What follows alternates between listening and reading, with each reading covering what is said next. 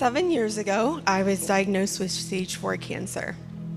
And I'd love to be able to tell you that God did a miracle, that it's nowhere in my body and all the suffering that it causes behind me. But that's not my story. I'm 7 years into the absolute torture of cancer. And God has chosen so far not to heal me. Yet I'm here talking about healing. I think it's kind of ironic. And it's not because I haven't asked. Believe me, I've asked for healing. I've prayed, I've pleaded. And so many of you have done the same for me over these years. And still, cancer persists. And this is not the first time I've dealt with cancer. When I was little, my mom had it, and everyone told me that if I just believed, she would be healed. And I believed. I was a literal child. I believed like a child believed, with no other option in mind but that she would be healed. And she wasn't. She died when I was 11. 3 years later, I survived the Columbine High School shooting. When I was 20, I became a widow when my high school sweetheart and husband was killed in action in Iraq. And then at 31, terminal cancer. Because I'm not healed, I can't bear my own children. I sleep 15 hours a day. And every day I suffer in one kind of pain or another just to go on living. So how can I be here talking to you about healing? When my mom died, I didn't understand why. And over time, I became so angry. All these tragedies, Columbine, the death of my husband, they started piling on top of one another. And the anger turned into this boiling cauldron of wrath. And I know that sounds so extreme, but that's what it was. I was embittered. And it became a constant part of my daily existence, this bitterness. And at one point, I was so convinced that God was a sadist who really just delighted in my torment like a puppeteer. But over time, God showed me who he really was. And he wasn't anything like what I thought. He had hands that never let me go, feet that would run any distance to rescue me, and eyes that looked into mine and cried with me. Yeah. Because he is love, God gives us far more than we deserve. He gave us Jesus.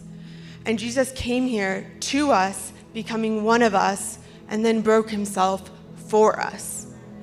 Jesus' sacrifice meant that disease, tragedy, decay, and even death, none of the things that bend us would ultimately break us. Now, physical healing might not happen for me here.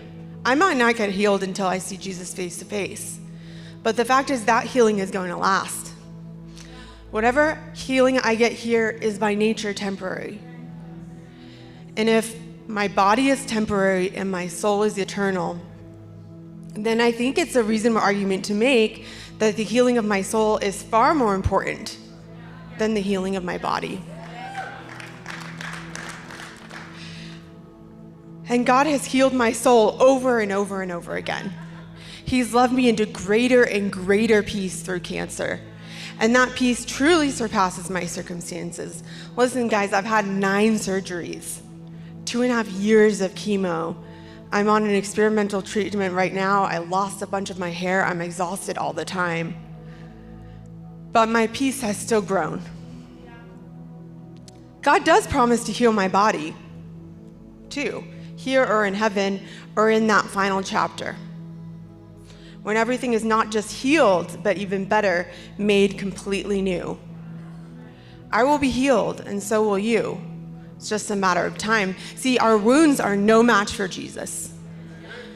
And I want to acknowledge, if you feel like me, there's this painful discord in the here and now, a tension we experience as we live in this brokenness.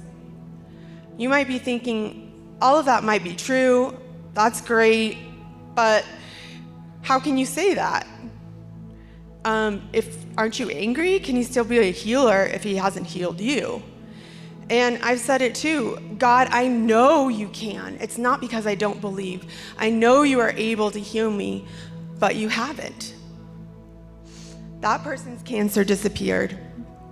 That person is done with treatment, and that person found a miracle treatment. They've been healed, but I haven't. So why not?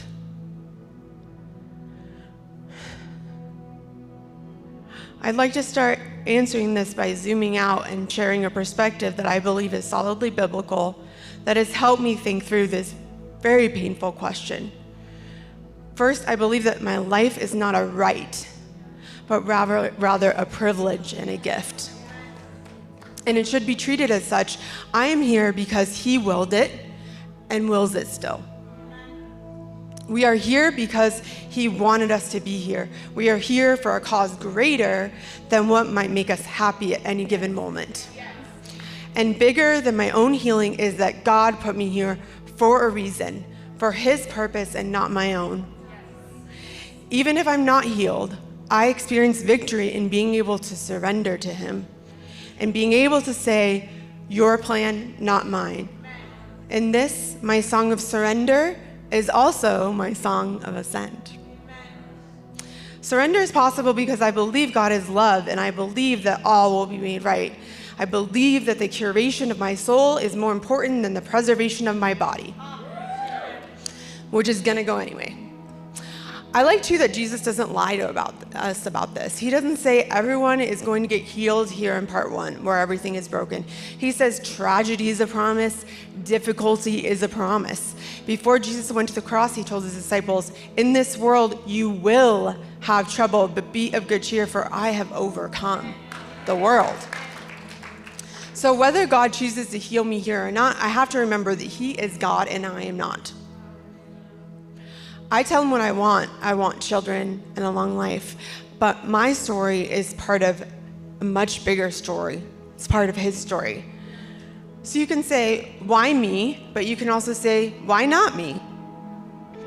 If being sick is pointing more people to Jesus, then isn't that actually a privilege? Even if it's a privilege I don't want. Even if it's a terrible privilege. If you aren't getting healed, isn't it possible that God is using your sickness to reveal his glory? He does miracles, and that's a good story that points people toward God. In so many ways, I'd rather that be my story. And I'm guessing you'd rather that be yours too. But what if God wants my story and maybe even yours to be different? See, I have to ask, what story would your life tell if God doesn't heal you? The story that you can be patient with your suffering because you know you'll spend eternity with no suffering. To show people that peace is possible in pain if you know the Prince of Peace. To show people that hurt can lead to endurance, character, and hope. See, healing is so important, and it's what we all want. It's not a bad thing to want. It is a good thing and a God thing. And I still pray for it because I know he's able. But I think asking why and only why can keep us from focusing on what I now believe is an even more important question. God, what do you want from me? What are you asking me for? You put me here for a reason. How can I serve your purposes in this body, however broken? Now I want to leave you with this. Our suffering is never for nothing, never ever. There is purpose in your pain, whatever you're going through. But your hurt will always lead to healing if you choose Jesus. Always. Whether healing here or after this life, the big picture is healing, the big picture is overcoming, and the big picture is total fullness and joy in the presence of Jesus. That is the end of the story.